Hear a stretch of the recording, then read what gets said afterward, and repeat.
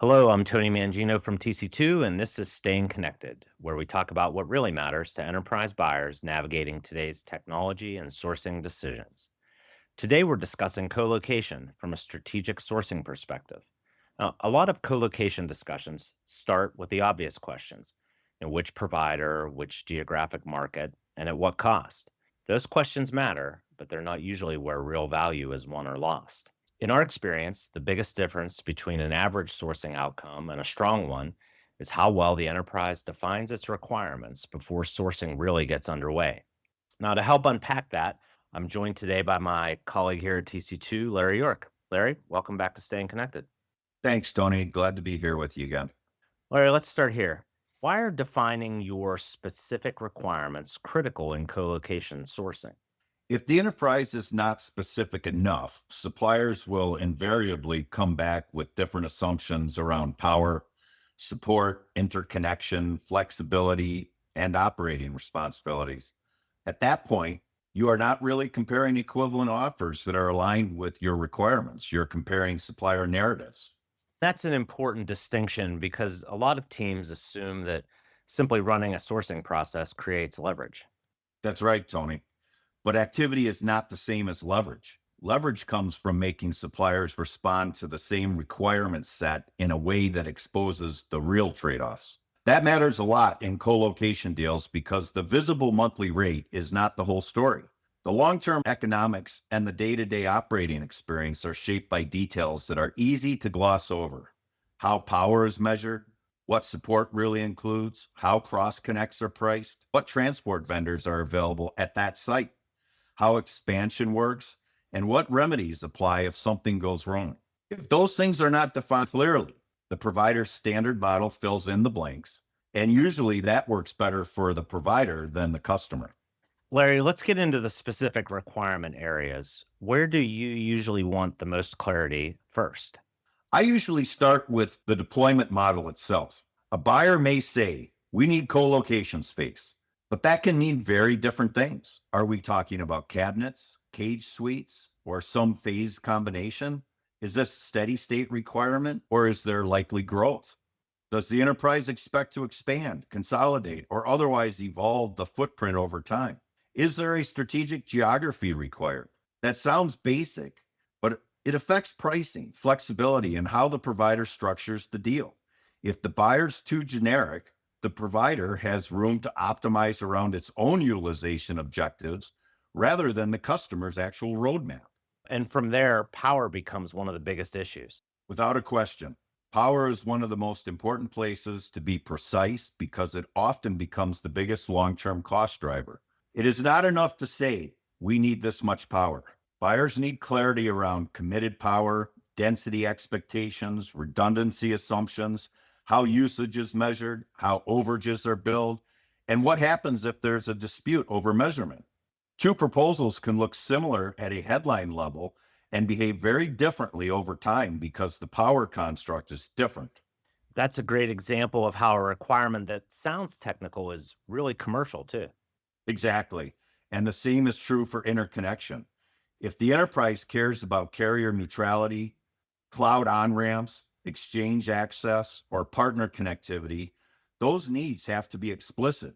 Otherwise, the facility can look strategically attractive because of ecosystem value, but the economics around cross connects and related fees may not become visible until later.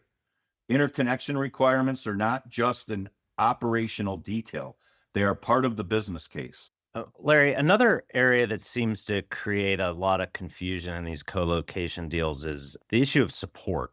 Yes, and remote hands is probably the clearest example. Buyers often assume everyone means the same thing, but they don't. What is included versus billable? What are the response expectations? What happens after hours? Are escorts included? What about simple tasks like reboots, visual checks, cable moves, receiving equipment, or incident support?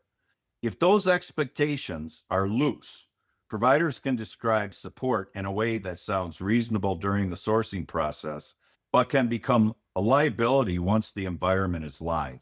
Well, and that ties directly into the operating model too. It does. Access procedures, security requirements, visitor handling, vendor access, logging, maintenance notifications, and incident escalation all need to reflect how the enterprise actually expects to run the site. Provider may have a perfectly reasonable standard operating model, but if it does not align with the customer's real operating needs, that mismatch creates friction very quickly. Larry, let's talk about accountability. When you look at a co-location deal, which SLAs do you really want to press on? First, facility availability. Understand how availability is defined, how it is measured, what exclusions apply, and whether the remedies are strong enough to matter. Then I'd go straight to power availability and environmental conditions like cooling. In co-location, this is fundamental. Power and cooling policies directly affect downtime risk, thermal shutdown risk, and stranded capacity. So that's where reliability and accountability really meet. That's exactly right, Tony. I would also focus on incident response and communication timing. If something goes wrong, how quickly is the provider acknowledging it, escalating it, and keeping the customer informed? Then there's maintenance notice. Planned maintenance is normal, but the customer needs enough advance notice and enough detail to assess risk and prepare. And remote hands can matter a lot too. Absolutely.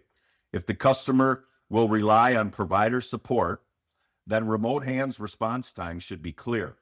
What is covered, what counts as response, and what changes after hours or by request type. And if connectivity is part of the business case, then cross connect availability and provisioning should be on the list too.